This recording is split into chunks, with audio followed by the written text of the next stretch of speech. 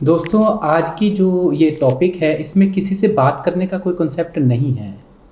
हाँ, ये जो हमारा हैप्पी लाइफ कोर्स है उसके रिगार्डिंग ये क्लास चल रही है। तो इसमें हम किसी भी और टॉपिक पे बात नहीं करेंगे। आपकी प्रॉब्लम से रिलेटेड या किसी कोर्स से रिलेटेड उससे रिगार्डिंग ये कोर क्लास नहीं है, ये याद रखना प्लीज़ आप। ठीक है, चलिए तो दोस्तों टॉपिक शुरू करते हैं आज का। कल वाला टॉपिक सबको समझ आ गया था कि हमारी जीवन का मकसद क्या है। जब हम जीवन के मकसद को नहीं पता होता तो दोस्तों कल हमने इस चीज़ को समझा था कि जब हमें जीवन का लक्ष्य नहीं पता होता, उद्देश्य नहीं पता होता, तो अनजाने में हम बहुत सारी ऐसी गलतियां करते चले जाते हैं जिसके परिणाम स्वरूप हमारा जीवन धीरे धीरे दुख और अशांति में फंसता जाता है। यहाँ तक समझ आ गया था। अब सबसे जो पावरफुल चीज़ है वो यह है कि सबसे पहले तो हमें जीवन का जो पहला एक मकसद है वो पता होना चाहिए कि मैं जीवन में जो भी कुछ करने वाला हूँ, चाहे वो स्टडी है, चाहे व्यापार है, अपना घर बनाना, गाड़ी बनाना, सामाजिक स्तर पर अपने आप को ऊपर उठाना, है ना, जो भी मैं कर रहा हूँ इसके पीछे जो वास्तविक लक्ष्य है वो लक्ष्य जब आपका वो उद्देश्य जब आपका खुशी होगा, स्पष्ट तौर पे आपको पता होगा कि मैं जीवन में खुशी को हासिल करने के लिए सब कार्य कर रहा हूँ, तो आप जीवन में बहुत सारी गलतियाँ करने से बच जाएंगे। लेकिन जब हमें पता नहीं होता कि खुशी हमारे जीवन का एक उद्देश्य है तो हम बहुत सारी गलतियाँ कर देते हैं। और यहाँ पे एक चीज़ और समझना होगा, काफ़ी लोगों को लगता है जी खुशी लक्ष्य है तो पैसा ज़रूरी नहीं है क्या। अब समझिए, कल भी मैं इस टॉपिक पे बारे में बता रहा था कि जब आपके जीवन का उद्देश्य खुशी होगा, जब जीवन का उद्देश्य खुशी होगा तो खुशी हमारे जीवन में आती कब है। खुशी का जो पिलर हैं वो अलग अलग है। जब आप स्वास्थ्य आपका अच्छा होगा, आपके रिलेशन अच्छे होंगे सबके साथ, है ना, आपके पास धन होगा, आप अपने आप को जो आपके अंदर क्षमताएं हैं, भगवान ने जो क्षमताएं आपको देकर भेजी हैं वो क्षमताएं प्रॉपर से उपयोग हो पाएंगी, है ना। जब वो आपकी योग्यताएं उपयोग हो पाएंगी, इन सब को मिलाकर अलग अलग स्तर पर, अलग अलग जगह पर अलग अलग प्रकार की जो खुशी है वो हमें प्राप्त होती है।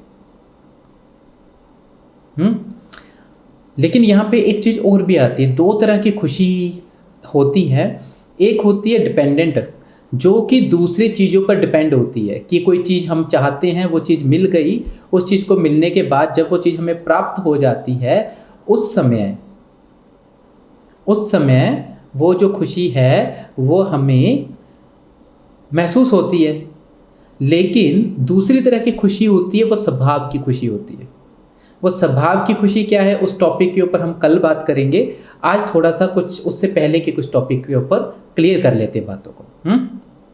चलिए, तो आज का जो टॉपिक है, तो कल जब हम बात कर रहे थे कि भाई ये खुशी हासिल कैसे हो, खुशी हासिल कैसे हो, तो दोस्तों यहाँ पर मैं आपको यह बताना चाह रहा था कि जब हमारे जीवन का लक्ष्य है खुशी होता है तो खुशी के अंदर आपका स्वास्थ्य, आपके रिश्ते, आपका व्यापार, आपका धन, घर, सब कुछ आ जाता है। आपकी सोशल जो सामाजिक आपकी पहचान है वो भी आ जाती है, और आपकी जो परमात्मा की तरफ से आपको जो योग्यताएं दी गई हैं उन योग्यताओं का उपयोग करना भी आ जाता है। इन सब चीज़ों से मिलकर ही हमारा जीवन खुशहाल बनता है। तो खुशी का मतलब ऐसा नहीं है कि हम इसके अंदर पैसों को पीछे छोड़ रहे हैं, रिश्तों को पीछे छोड़ रहे हैं, धन को पीछे छोड़ रहे हैं, इसका मतलब यह नहीं है। खुशी का मतलब है कि हर चीज़ के साथ सब चीज़ें हमें प्राप्त होती है और जीवन एक खूबसूरत जीवन बनता है जिसमें हम खुशहाल रहते हैं। दोस्तों आज ना मैं आपको ब्रह्मांड का एक बहुत ही बड़ा रहस्य बताने वाला हूँ। इसको ध्यान से समझिएगा। सवाल यहाँ पर यह है, कल हम बात कर रहे थे कि जीवन का जो लक्ष्य है वो हमारा खुशी है, लेकिन अब सवाल यह उठता है कि इस खुशी को हासिल करने के लिए ऐसी हम क्या गलती करते हैं कि इस खुशी को हम हासिल नहीं कर पाते। तो सबसे पहली गलती क्या है कि हमें पता ही नहीं होता कि हमारे जीवन का जो लक्ष्य है वो खुशी है, आनंद है। हमारे लक्ष्य के अंदर कभी वो पर्पस ध्यान में नहीं रहता। एक उदाहरण बता रहा हूँ, दो तरह की चीज़ें होती हैं, एक होता है लक्ष्य और एक होता है उद्देश्य। क्या फ़र्क समझते हैं लक्ष्य और उद्देश्य में? जीवन का लक्ष्य सबका अलग अलग हो सकता है, लेकिन जीवन का उद्देश्य सबका एक ही है। अब इसको समझते हैं, इसके अंदर क्या गहरी बात छुपी है। इसके अंदर जो छुपा है वो यह है कि मान लीजिए आप मेरे से पूछते हैं कि सर एक बात बताइए, यहाँ पर कहीं पर पानी है? मैं कहूँ है। आप नुक्कड़ पे जाइए, चौराहे पर जाइए, वहाँ पर बहुत सारा ना पानी है, और आप वहाँ पर जाइए और आप देखें कि वहाँ पे गंदा पानी खड़ा है बहुत सारा, तो आप कहेंगे यार सर ने ऐसा कैसा ये पानी बता दिया। आप मेरे पास वापस लौट कर आओ और आप मेरे को आकर कहो कि सर ये कैसा पानी बताया है, मेरे को प्यास लगी थी, मेरे को पानी पीना था। तो अब मैं कहूँ कि भाई आपने तो मेरे को बताया नहीं कि आपको क्या करना था, आपने पानी पूछा और मैंने पानी बता दिया। लेकिन समझने वाली बात है, आप पानी ढूंढ रहे थे, पानी आपका लक्ष्य था, और पानी चाहिए क्यों, वो आपका उद्देश्य था।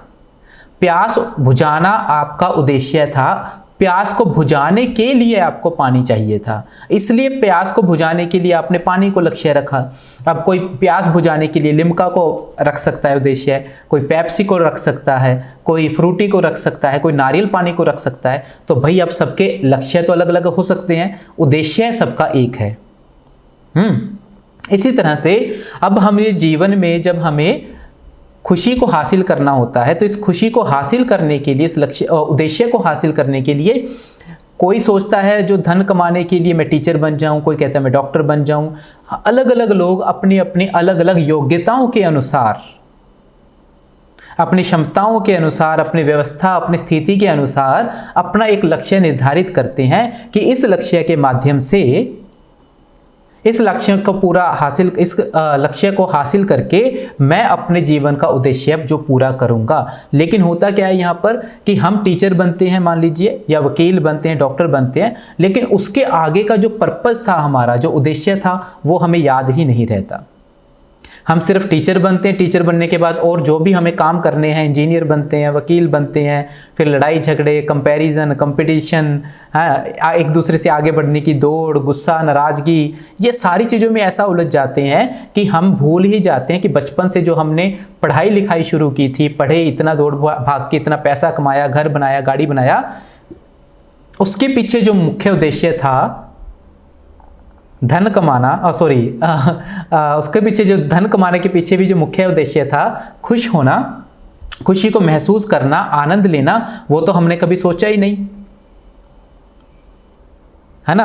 तो ऐसा होने के कारण वो हम सब कुछ हासिल तो कर लेते हैं भाग दौड़ के अंदर, लेकिन फिर भी वो कहीं ना कहीं छूट जाता है। तो यहाँ पे आपको समझना पड़ेगा कि कल एक सर पूछ रहे थे कि हम अपना लक्ष्य कैसे रखें। हमें पता लग गया मेरे जीवन का लक्ष्य जो है वो हैप्पीनेस है, तो मैं बताना चाहता हूँ लक्ष्य हैप्पीनेस नहीं है, उद्देश्य हैप्पीनेस है। उद्देश्य खुशी है, आनंद है, उत्साह है, प्यार है। समझ रहे हैं?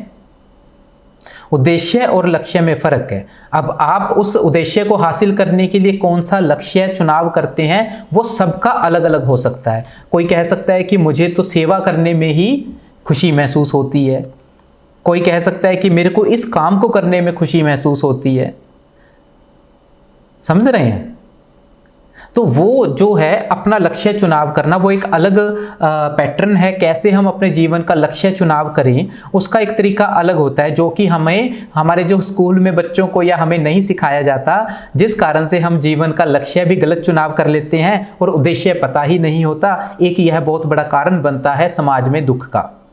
तो अगर हम चाहते हैं कि हम या हमारे बच्चे एक खुशहाल जीवन को जिएं, तो उसके लिए दो चीज़ें बहुत महत्वपूर्ण है। एक, सबसे पहले उन्हें पता होना चाहिए कि वो जो भी कर रहे हैं उसका जो मकसद है वो खुशी है। तो बच्चों को सिखाना बड़ा ज़रूरी है, खुद को बताना बड़ा ज़रूरी है कि भैया मैं वो काम करूँगा जिससे मुझे खुशी मिलती है। मैं सिर्फ अहंकार में आकर ऐसे काम नहीं करूँगा जिससे मेरा अहंकार तो बढ़ जाता है लेकिन खुशी पीछे छूट जाती है। इस टॉपिक पर अभी हम आगे बात करेंगे।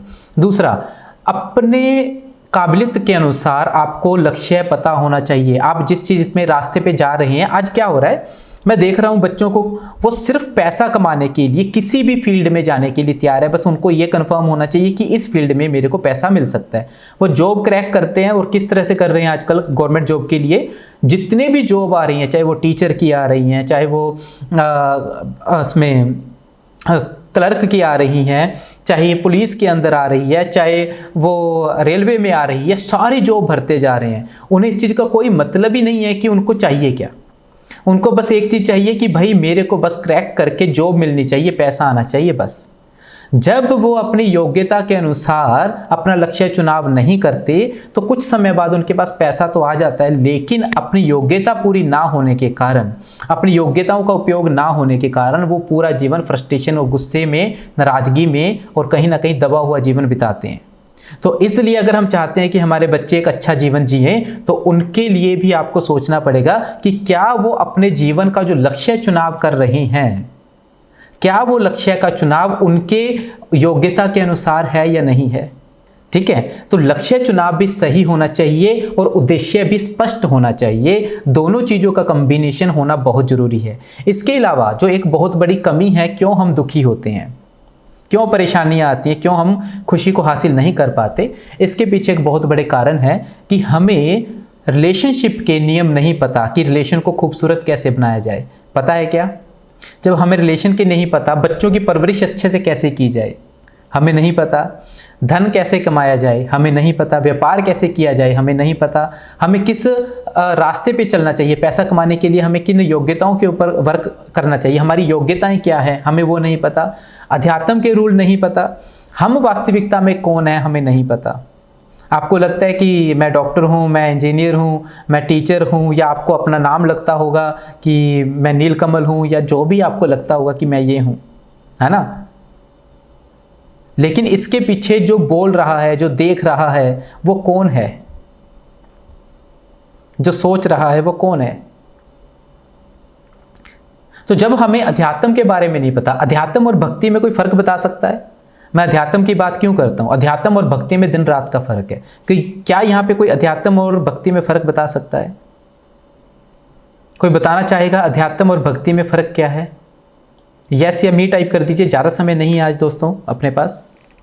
तो दोस्तों यहाँ पे देखिए, अध्यात्म दो शब्दों से मिलकर बना है, अध्ययन और आत्म।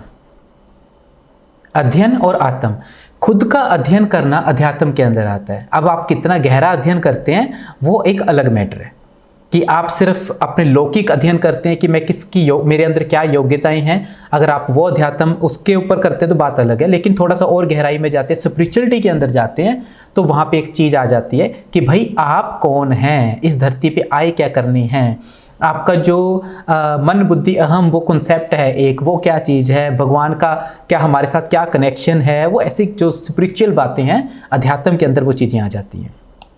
ठीक है, और भक्ति के अंदर क्या होता है कि हम एक इंसान और कोई एक शक्ति को अपने से ऊपर मान लेते हैं, अपना इष्ट मान लेते हैं, भगवान मान लेते हैं और उसकी पूजा करते हैं। तो मतलब उसमें हम किसी और को अपना मान लेते हैं और उससे हम लेने के लिए, उसको प्रसन्न करने के लिए प्रयास करते रहते हैं, उससे हम मांगते हैं अपने जीवन में हमें जो भी चाहिए। अध्यात्म में हम खुद को पहचानते हैं। तो क्या हमें पता है हम कौन है? क्या हमें एहसास है हम कौन है?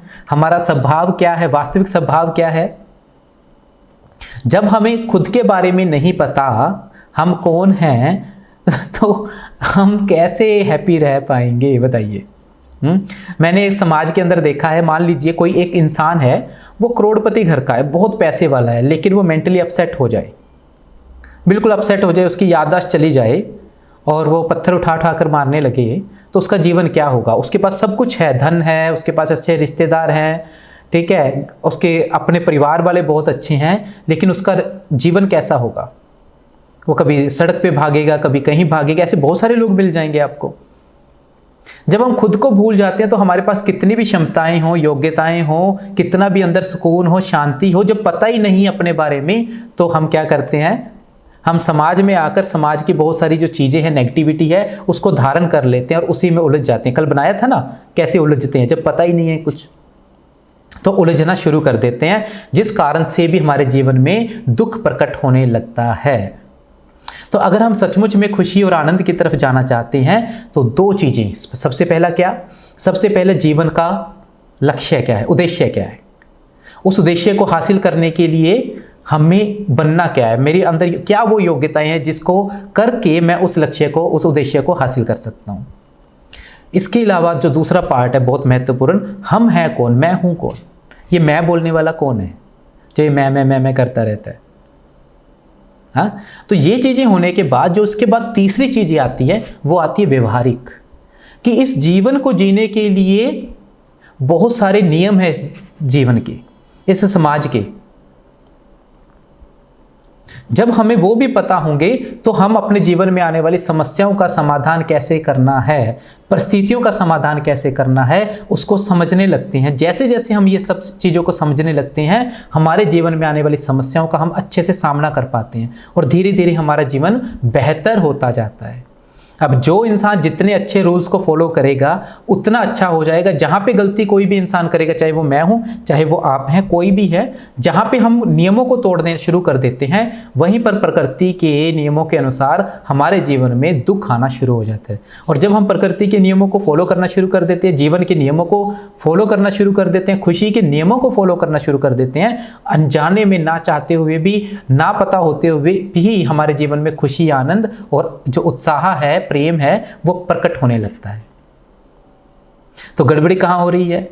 हमने कभी आज तक हमने इतनी बड़ी एजुकेशन की लेकिन इसके बारे में कभी सोचा ही नहीं। हमेशा एक दौड़ लगी रही एक दूसरे से आगे भागने की, जिस कारण से जब हमारा फोकस ही नहीं था जब हमारा फोकस ही नहीं था खुशी के ऊपर, आनंद के ऊपर, तो कहीं ना कहीं हम इससे दूर होते गए। तो जैसे जैसे हम इनसे दूर होते गए तो ये सारे जो दुख हैं, जो कल आपने एक लंबी सारी लिस्ट बनाई थी परेशानियों की, वो प्रकट होने का यही कारण है। रियाज जी, मैं कौन हूं, ये कॉन्सेप्ट बहुत गहरा है, थोड़ी सी बात जरूर करेंगे, कल वाले टॉपिक में बात करेंगे इसके बारे में, लेकिन ये बहुत गहरा कॉन्सेप्ट है, इसको समझने में टाइम लगता है। मनोज जी, इसलिए समझ नहीं आई जिंदगी क्योंकि कभी हमने इसके बारे में सोचा ही नहीं।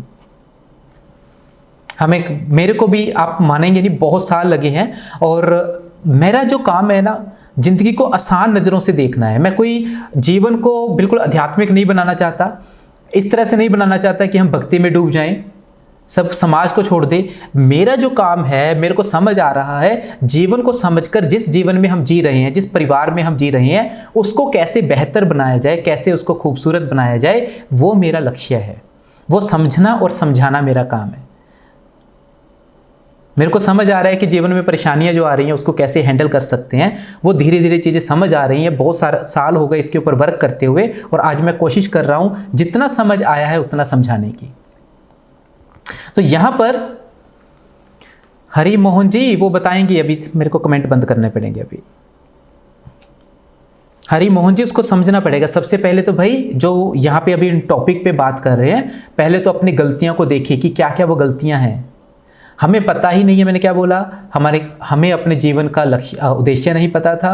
उस उद्देश्य को हासिल करने के जो लक्ष्य है उसका सही ढंग नहीं पता, जीवन को जीने का ढंग सही नहीं पता और आध्यात्मिकता का ज्ञान सही नहीं है, खुद के बारे में सही से नहीं जानती हैं। इन सब चीज़ों से मिलकर बहुत सारी गलतियां होनी शुरू हो जाती हैं और एक एक गलती होते होते हम जीवन में बहुत सारे दुखों को प्रकट कर लेती हैं। तो जैसे जैसे हम एक एक गलती को सुधारते जाएंगे, जीवन खूबसूरत होता जाएगा। इतना समझ गए तो थम्स अप कीजिए। कैसे करना है यार, उसके लिए तो बहुत कुछ सीखना पड़ेगा, वो कोई एक दिन का काम नहीं है। जीवन को खूबसूरत बनाना कोई एक दिन का काम नहीं है, बहुत सारे नियम हैं। मैं कहता हूं कि वो सारे नियम हमें बचपन से सिखाए जाने चाहिए थे, स्कूल में पढ़ाए जाने चाहिए थे, ताकि आज जो समाज का ये हाल है ये ना होता। समझ रहे हैं? लेकिन ये हमें कभी बताया सिखाया ही नहीं गया, जिस कारण से जो ये सारी समस्याएं जो आपने लिखी हैं कल, वो उसका यही कारण है। चलिए, एक बहुत बड़ी जो चीज़ अभी मैं बताने वाला हूँ, ब्रह्मांड का एक बहुत बड़ा रहस्य मैं बताऊँ या नियम जो बताऊँ, जो मेरे को बहुत बाद में समझ आया था, उसके बारे में आपको बता रहा हूँ। दोस्तों, इस दुनिया में ना, इस प्रकृति के अंदर पता है दो तरह की शक्तियाँ हैं। वैसे बहुत अलग अलग तरह की शक्तियाँ हैं, उसके बारे में बाद में बात करेंगे, लेकिन अभी के लिए जो मैं बात करने वाला हूँ, जिनको मैं डिवाइडेशन करने वाला हूँ, दो तरह की शक्तियां हैं जिसमें ये पूरी दुनिया बटी हुई है। अब वो जो दो तरह की शक्तियां हैं उसको पहचानने के लिए हम बता देते हैं। एक तरफ तो है प्यार की शक्ति और दूसरी तरफ है अहंकार की शक्ति।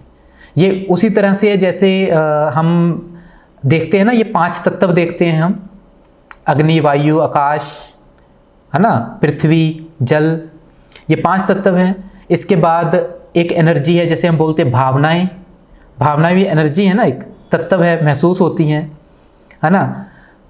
आग के अंदर ही आ गया वैसे तो रोशनी जो आ गई, वो रोशनी उसी का पार्ट है।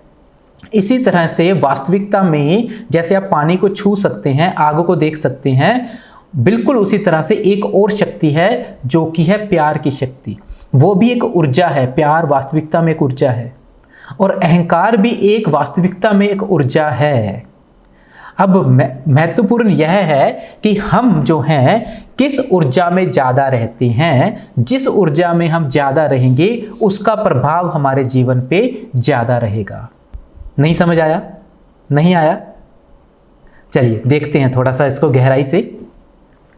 जो अहम की शक्ति है, अहम जो तत्व है या अहंकार जो तत्व है, इसके लक्षण क्या होते हैं? इसके लक्षण होते हैं एक दूसरे से आगे निकलना, दूसरे को नीचा दिखाना, दूसरे से बेहतर बनना, दुख, अहंकार, क्रोध, ईर्ष्या, द्वेष, ये सब जो चीजें हैं, है ना, जो विकार हम बोलते, काम। देखिए खुद देखिए, आप महसूस कीजिए, महावीर जी को याद कीजिए, महात्मा बुद्ध जी को याद कीजिए। उन्होंने भगवान को जितना समझा, गुरु नानक देव जी ने जितना समझा, वो सबको माफ करने लगे। ईर्ष्या खत्म हो गई, गुस्सा खत्म हो गया, नफरत खत्म हो गई, माफी अपने आप हो गई। वो कहते माफ तब करूंगा अगर मैं गुस्सा होऊंगा। गुस्सा ही नहीं आता था उनको। क्यों? क्योंकि उन्होंने प्यार को चुना, मतलब ईश्वर को चुना। जो ये प्यार जो है ना, ये ईश्वर की एनर्जी है। आपको एक चीज और बताता हूं, यहां पे एक बहुत बड़ा राज बताता हूं। कभी भी किसी चीज का निर्माण होगा तो वो प्यार में होगा। प्यार जो है वो निर्माण करने वाली शक्ति है। आप घर बनाते हो, इसके पीछे एक उद्देश्य एक और भी होता है कि मुझे अपने बच्चों के लिए, अपने परिवार के लिए, अपने मम्मी पापा के लिए, अपने वाइफ के लिए घर बनाना है ताकि वो अच्छे से रह सके। उनको आप प्यार करते हो तो उस प्यार के लिए आप निर्माण करते हो। और अगर आपको बहुत गुस्सा आ रहा हो तो क्या होता है? हाथ में मोबाइल हो तो टूट जाता है, कांच का गिलास हो तो टूट जाता है, हो सकता है घर के कोई बर्तन टूट जाते हो, खिड़कियां टूट जाती हो। ऐसा देखने को मिलता है ना। जब गुस्सा आता है तो हमें तोड़ने फोड़ने का मन करता है, यस या नो? जला दें, कुछ तोड़ दें, फोड़ दें, मार दें। कभी ऐसा देखा है कि प्यार के अंदर किसने तोड़ फोड़ की हो, प्यार के अंदर किसने किसी को मारा हो? कब होता है? जब ये गुस्सा बढ़ता है। मतलब ये गुस्सा जो है ये विध्वंसकारी, हमेशा नुकसान करने वाली शक्ति है। ये जहां पे भी प्रकट होगी वहां पे कुछ ना कुछ नुकसान हो जाएगा। अगर ये रिश्तों में आ जाएगी तो रिश्ते टूट जाएंगे, अगर बिजनेस में आ जाएगी तो बिजनेस खराब हो जाएगा, स्वास्थ्य में आ जाएगी तो स्वास्थ्य खराब हो जाएगा।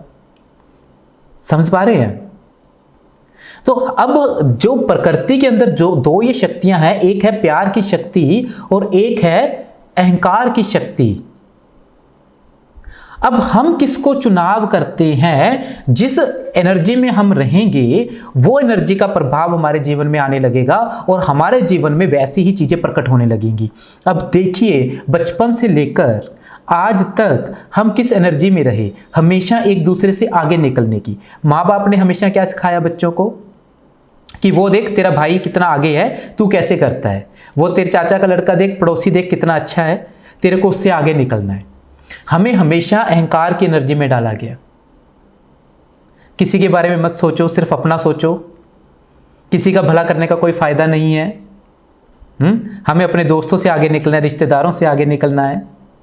और इतना आगे काफी लोग तो इतना आगे निकल जाते हैं कि आगे निकल के देखते हैं कि मैं अकेला रह गया। सच्चाई बता रहा हूं, आप देखिए, मैं कुछ नहीं कह रहा, मैं सिर्फ आपको कुछ चीजें हैं जो आप ऑलरेडी जानते हैं, मैं सिर्फ आपका ध्यान वहां लेके जा रहा हूं। ये वास्तविकता में दो शक्तियां हैं, प्रकट शक्तियां हैं। आप किस शक्ति को चुनाव करते हो? आप खुशहाली को चुनाव करते हो, प्यार का चुनाव करते हो या अहंकार का चुनाव करते हो? उसी के अकॉर्डिंग, उसी के अनुसार आपके जीवन में जो है चीजें होने लगती हैं। ये बहुत बड़ा रहस्य है, बहुत बड़ा रहस्य है। अब आप खुद देखिए, अगर हमें बदला लेना है, हम चाहते हैं कि मुझे बदला लेना है, तो आप किस शक्ति का चुनाव कर रहे हो? अहंकार का या प्यार का? और याद रखना, जब आप चुनाव अहंकार का कर रहे हो तो अहंकार कौन सी शक्ति है, निर्माणकारी या विध्वंसकारी? अगर वो विध्वंसकारी है, जब वो आपके अंदर प्रकट होगी, आपके जीवन में, आपके मन में, आपके स्वभाव में, आपके विचारों में प्रकट होगी, तो आपकी शांति को, आपकी खुशी को सबसे पहले वो विध्वंस करेगी, खत्म करेगी, आपके स्वास्थ्य को खत्म करेगी। तो अगर सचमुच में हमें जीवन को खुशहाल बनाना है तो सबसे पहला काम, अपना उद्देश्य स्पष्ट करो कि भाई मेरे जीवन का उद्देश्य जो है ना, सबसे पहला वो खुशहाल जीवन है।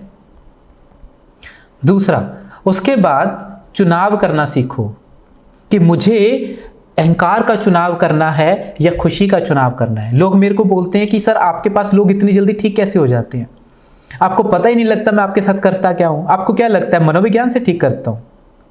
आपको क्या लगता है हमारे पास लोग इतनी जल्दी ठीक कैसे होते हैं? अगर मैं सबको स्पिरिचुअल करूंगा तो लोग मेरे को बाबा मानने लग जाएंगे।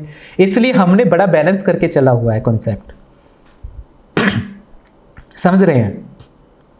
वास्तविकता में दुखों की जड़ ही कुछ और है, जिसकी पहचान ना होने के कारण आज पूरा समाज दुखी है।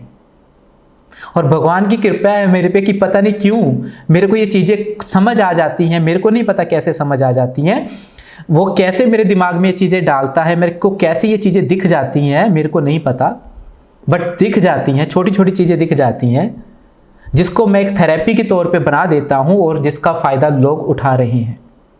लेकिन ये जो नॉलेज है दुनिया तक पहुंचनी जरूरी है। अगर ये दुनिया तक नहीं पहुंची, आने वाले 10 साल में ये दुनिया इतनी भयंकर नरक में चली जाएगी जिसको बचाना संभालना मुश्किल हो जाएगा।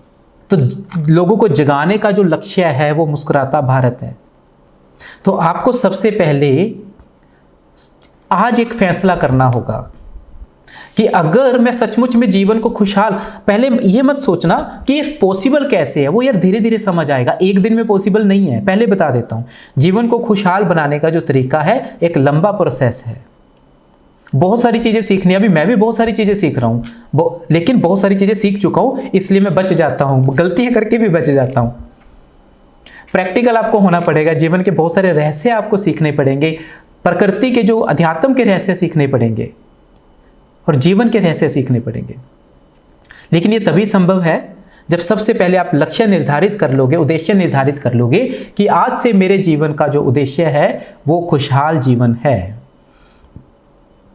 खुशी, आनंद, प्यार ही मेरे जीवन का उद्देश्य है। जब आपको अपना उद्देश्य स्पष्ट होगा तो अपने आप एक ऐसी चीजें सीखते जाएंगे धीरे धीरे धीरे धीरे, जिससे आपका जीवन खुशहाल होता जाएगा।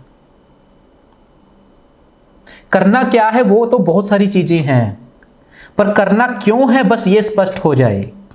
तो आज आपको ये सबसे पहले समझना होगा कि मुझे शैतान के रास्ते, शैतान का रास्ता मतलब अहंकार का रास्ता, उस रास्ते पे चलना है या भगवान के रास्ते मतलब प्यार के रास्ते पे चलना है।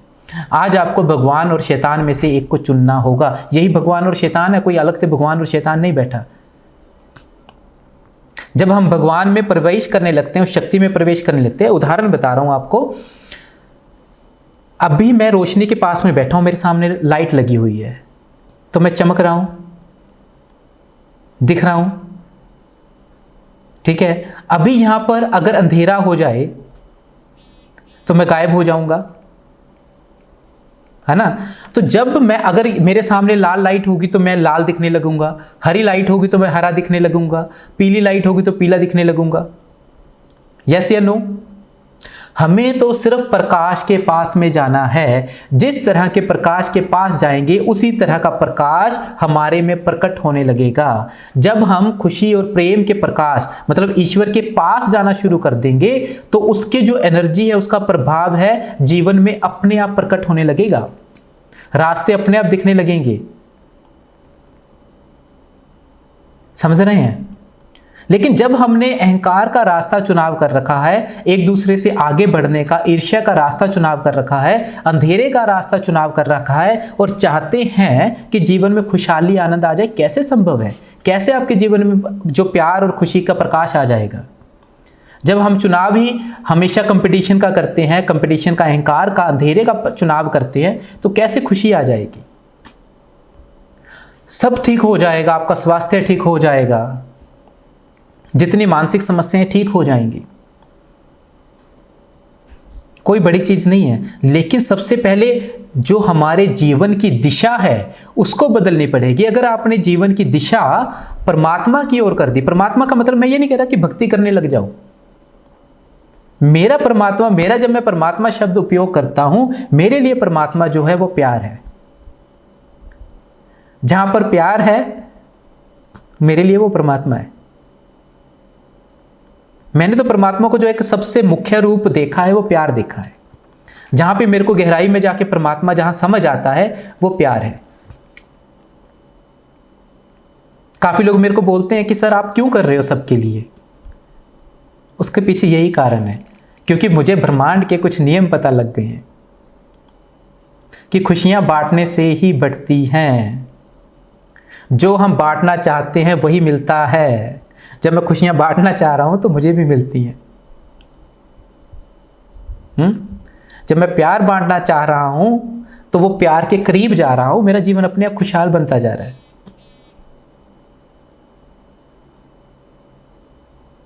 कौन कौन समझ पा रहा है? तो जब तक आप बीमारियों से बाहर निकलने की, दुखों से बाहर निकलने की कोशिश करते रहोगे, नहीं निकल पाओगे। सच बता रहा हूं, नहीं निकल पाओगे। कर लीजिए, आपने इतने साल, कोई यहाँ पे 5 साल वाला बैठा है, कोई 10 साल वाला बैठा है, कोई 15 साल वाला बैठा है, करके देख चुके हो आप प्रयास, नहीं निकल पाओगे। निकलने का सबसे आसान रास्ता है दिशा बदल दीजिए। सबसे पहले लक्ष्य, दिशा, उद्देश्य बदल दीजिए। फैसला कर लीजिए कि आपको चुनाव क्या करना है, जीवन को बनाना कैसा है। जिस दिन आपने फैसला कर लिया कि मुझे जीवन को खुशहाल बनाना है, प्रेम से भरा हुआ बनाना है, और आज से मैं खुशी, प्रेम को बांटने का लक्ष्य लेता हूं, फिर देखना कैसे चमत्कार होने शुरू करते हैं। अंदर जो गुस्सा है ना, जो आपको उधेड़-बुन मचा देता है, अंदर डर पैदा करता है, सब ठीक होना शुरू होगा। क्योंकि जब आप परमात्मा के पास जाना शुरू करेंगे, वो प्रकट होगा आपके पास। देखना जीवन में चमत्कार करना शुरू करेगा। वो बुरी चीज़ों को अपने आप आपसे दूर ले जाएगा, अच्छी चीज़ों को अपने आप आपके जीवन में ले आएगा। स्टार्टिंग में कुछ जीवन में बदलाव आ सकते हैं, कुछ चीज़ें बुरी लग सकती हैं, कुछ ऐसी चीज़ें लग सकती हैं जो आपको स्वीकार ना हो, लेकिन थोड़े दिनों बाद आपको एहसास होगा कि भगवान ने जो किया, परमात्मा ने जो किया, उसके पीछे बहुत बड़े रहस्य थे। आंखें बंद कर लीजिए, कमर सीधी, गहरी लंबी सांसें, आंखें बंद, गहरी लंबी सांसें लें।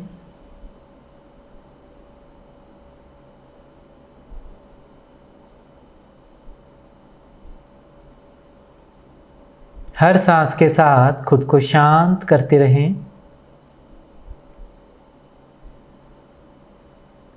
हर सांस के साथ खुद को शांत और शांत, बिल्कुल शांत।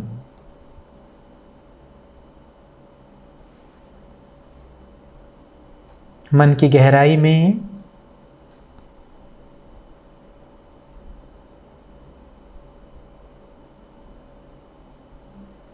और देखें कि आपके सामने 2 तरह के रास्ते हैं। एक रास्ता जिस तरफ अंधेरा है, जहां पर लड़ाई झगड़ा चल रहा है, जहां पर दुख ही दुख है, लोग रो रहे हैं, परेशान हैं, और यह रास्ता आपके बाईं तरफ मुड़ रहा है। यह रास्ता आपके बाईं तरफ मुड़ रहा है।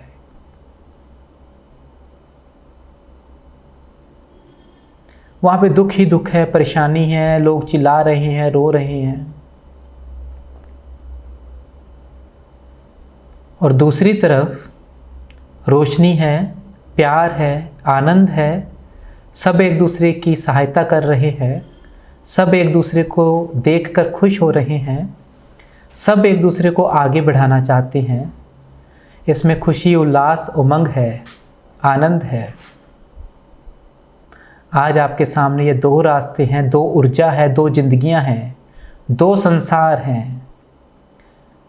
अपनी मर्जी से चुनाव करें, आप किस रास्ते पर चलना पसंद करेंगे।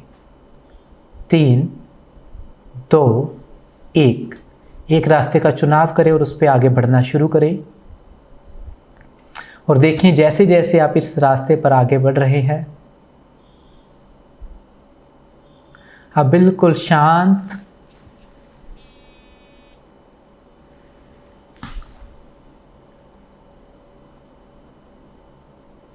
आप बिल्कुल शांत और शांत और शांत हो रहे हैं। शांत, बिल्कुल शांत। और जिस रास्ते पर आप जा रहे हैं,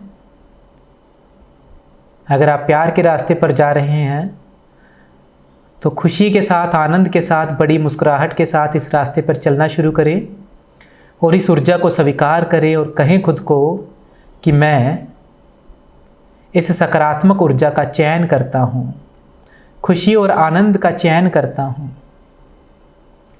आनंद का चयन करता हूँ। बड़ी मुस्कुराहट के साथ इस ऊर्जा को अपने जीवन में आने दें। देखें कि इस सकारात्मक रास्ते पर चल के आप प्यार से भर रहे हैं, आनंद से भर रहे हैं। चुनाव करें, चुनाव करें एक रास्ते का। दुख के रास्ते पर जाना है, अहंकार के रास्ते पर जाना है, या खुशी और प्रेम के रास्ते पर जाना है। अगर आप खुशी और प्रेम के रास्ते का चुनाव कर रहे हैं तो मुस्कुराहट के साथ करें, मुस्कुराहट के साथ करें। बिना मुस्कुराहट के साथ ये जो रास्ता है, ये दुनिया है, आपकी नहीं हो पाएगी। अगर आपके चेहरे पर बिना मुस्कुराहट के साथ आप इस रास्ते पे जाएंगे तो आपको फ़ायदा नहीं होगा। अगर आप सचमुच में इस रास्ते पर चलना चाहते हैं, इस खुशी, आनंद और प्रेम को स्वीकार करना चाहते हैं, अपने जीवन को खूबसूरत बनाना चाहते हैं, तो जितना ज़्यादा हो सकता है मुस्कुराएं और मुस्कुराते हुए इस एनर्जी को अपने जीवन में एंटर करने दें। मुस्कुराते हुए एक बड़ी मुस्कुराहट के साथ इस तेज पवित्र ऊर्जा को, ईश्वर को महसूस करें। आंखें खोल लें मुस्कुराते हुए। आपको एक राज और बताता हूं, बहुत बड़ा राज बताता हूं। काफी लोग बोलते हैं कि दुख में ईश्वर बसता है। किस किस ने सुना है कि जहाँ दुख होता है वहाँ ईश्वर की याद आती है, ईश्वर बसता है। जब इंसान खुश होता है, आनंद में होता है, तो भगवान को भूल जाता है। तो दुख में भगवान बसते हैं। किस किस ने ऐसा सुना है? काफ़ी लोग तो कहते हैं कि भगवान हमें दुख दे ताकि हम भक्ति कर सके, तेरे को याद कर सकें। किस किस ने ऐसा सुना है कि दुख में भगवान बसते हैं? हमें हमेशा से पागल बनाया गया ये बोल के, पता है भाई साहब, जहां भगवान होंगे अगर वहां भी दुख होगा तो भगवान का फायदा क्या है? सोच के देखिए आप। जो खुशी का, शांति का, प्रेम का समुंदर है, जिसकी पॉजिटिविटी इतनी ज़्यादा है, मंदिर में जाते हैं तो वहाँ इतना आराम मिलता है, या जो भी अपने एक जिसको भी मानता है उस जगह पर जाते हैं, वहाँ पे पॉजिटिव एनर्जी होती है, वहाँ पे भगवान की ऊर्जा होती है, वहाँ पे जाके इतना सुकून मिलता है, और आपको लगता है कि वो भगवान अगर हमारे घर में होगा तो हमारे घर में दुख होंगे। भाई साहब, एक और सिंपल सी चीज़ बताता हूँ आपको। आप किसको याद किसको करते हो? जो साथ में बैठा होता है उसको याद करते हो, या दूर चला जाता है उसको याद करते हो? तो अगर आप भगवान को याद कर रहे हो पास में, मतलब आपको लग रहा है कि भगवान भगवान भगवान है ना, कहाँ है, तो इसका मतलब क्या है? दुख में उसकी सिर्फ याद है, भगवान नहीं है। दुख में सिर्फ याद है। जब कोई दूर चला जाता है उसकी याद होती है, वो नहीं होता है। जब हम दुखी हैं, परेशान हैं, मतलब क्या है इसका? इसका मतलब है कि हम भगवान से कहीं ना कहीं दूर हो चुके हैं, कुछ ना कुछ ऐसी गलतियां कर रहे हैं कि भगवान हमसे दूर जा चुका है, वो पॉजिटिव एनर्जी हमसे दूर जा चुकी है। इस कारण से हमारे जीवन के अंदर दुख, अशांति है। खुशी, प्रेम, आनंद तब होगा जीवन में जब भगवान हमारे जीवन में होंगे। अब वो उसको लेकर कैसे आना है जीवन में, उसके लिए थोड़ा सा आगे चलना पड़ेगा, आगे चीज़ें सीखनी पड़ेंगी, आगे मेडिटेशन है, कुछ चीज़ें हैं वो करनी पड़ेंगी, है ना। वो तो देखो सीखना तो पड़ेगा, बिना सीखे तो हो नहीं पाएगा, है ना। तो उस एनर्जी को बुलाना कैसे, जीवन में कैसे आकर्षित करना है, स्वास्थ्य में कैसे आकर्षित करना है, रिश्तों में कैसे आकर्षित करना है, वो एक अलग कॉन्सेप्ट है। वो मतलब चीज़ें आती हैं आगे, बहुत सारी चीज़ें मैं बता रहा हूँ ना, बहुत सारी चीज़ें सीखनी पड़ेंगी। तो अगर हम जीवन में दुखी हैं तो सबसे पहले समझ लेना कि हम भगवान से दूर हो चुके हैं, हम भगवान के रास्ते में नहीं हैं।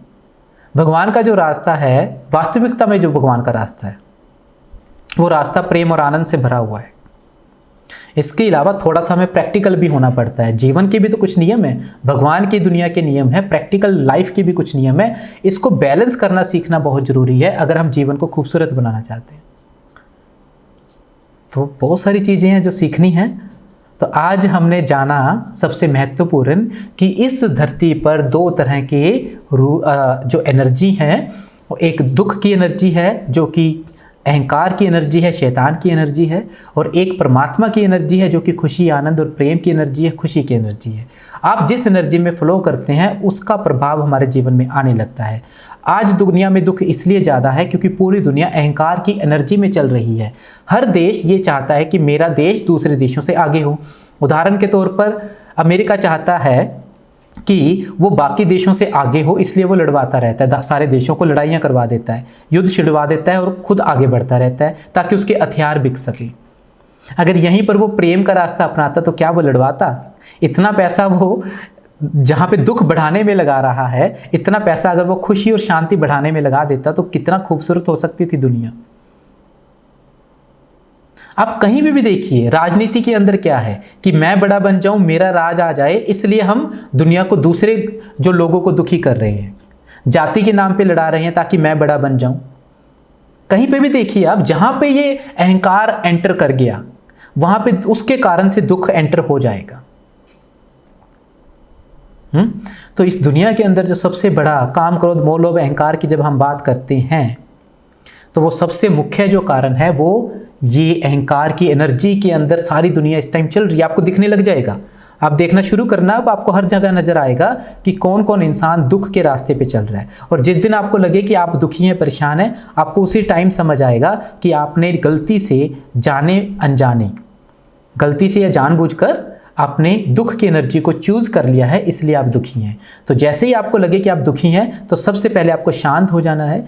जो आपको एक्सरसाइज करवाई है, गहरी लंबी सांसें लेनी है और खुद को बताना है कि ईश्वर मेरी मदद कर, मेरी सहायता कर और मेरे को बता कि मैं कैसे खुशी, शांति, प्रेम के रास्ते पे चल सकता हूँ, मेरा मार्गदर्शन कर। तो बाकी चीज़ें आगे सिखाई जाएंगी। तो आज की क्लास के बारे में कोई एक पर्सन अपना रिव्यू देना चाहते हैं तो दे सकते हैं, क्योंकि टाइम ज़्यादा हो चुका है ऑलरेडी। 8 बजे किसी की क्लास थी, वो डिले हो चुकी है काफ़ी। एक पर्सन सिर्फ आज के बारे में, बाकी मैं कमेंट कर रहा हूँ, ऑन कर रहा हूँ, जल्दी जल्दी आप उसमें कमेंट कर सकते हैं। कमेंट तो बहुत सारे लोग कर रहे हैं लेकिन शायद कोई आज सामने नहीं आना चाह रहा अभी। अच्छा, निरपा जी तो हो गए हैं सर, मैंने बोला है रिंकू शर्मा जी से बात कर लेते हैं। Hello sir. जी हेलो। नमस्कार सर। जी नमस्कार। सर क्लास बहुत अच्छी रही थी, पर सर एक चीज पूछनी थी कि जो जिस नेगेटिव रास्ते पे लोग चल रहे हैं फिलहाल, तो सर हम उन लोगों से घिरे हुए हैं, ऐसे में उस रास्ते पे जो आपने बताया उस पे चलना संभव है सर? क्योंकि हमारे पहले चारों पहुंच के तरफ ऐसे ही लोग हैं। अच्छा आप सोचिए, जब मेरे को ये चीज समझ आई, अगर मैं भी ये सोचता तो आप लोगों के जीवन में बदलाव आ पाता। नहीं सर। सीखो और सिखाओ, यही है। जी। मेरे, आपको क्या लग रहा है मेरे आसपास के लोग सभी पॉजिटिव होंगे क्या? वही तो चीजें सीखनी है, सीखनी भी है और जगाना भी है। जी सर। हम्म? ठीक है, ठीक है, धन्यवाद। धन्यवाद सर। नमस्कार। जी नमस्कार जी। कैसे सर? मैं बढ़िया, बताइए। बस ठीक हूँ सर। सर आज तो आपने ऐसा लगा कि ये जो आपने बात बताई अध्यात्म हमारी और जो भक्ति वाली, मतलब ऐसा लग रहा था कि आपने बस भगवान ही डाल रखा, बाकी आपने सारा ज्ञान दे दिया जो आप हम तक अब घंटी बजा रहे थे हम तो। जो देखो गले में माला डाल रखी है और मैं माला जपता हूँ, सही बताऊं लेकिन जो आपने ये बताया, जो शांति वाला जो बताया आपने जी, प्यार से रहना है, और चेंज हो गए, टोटली मेंटली चेंज हो गए सर, सही बता रहा हूँ मैं।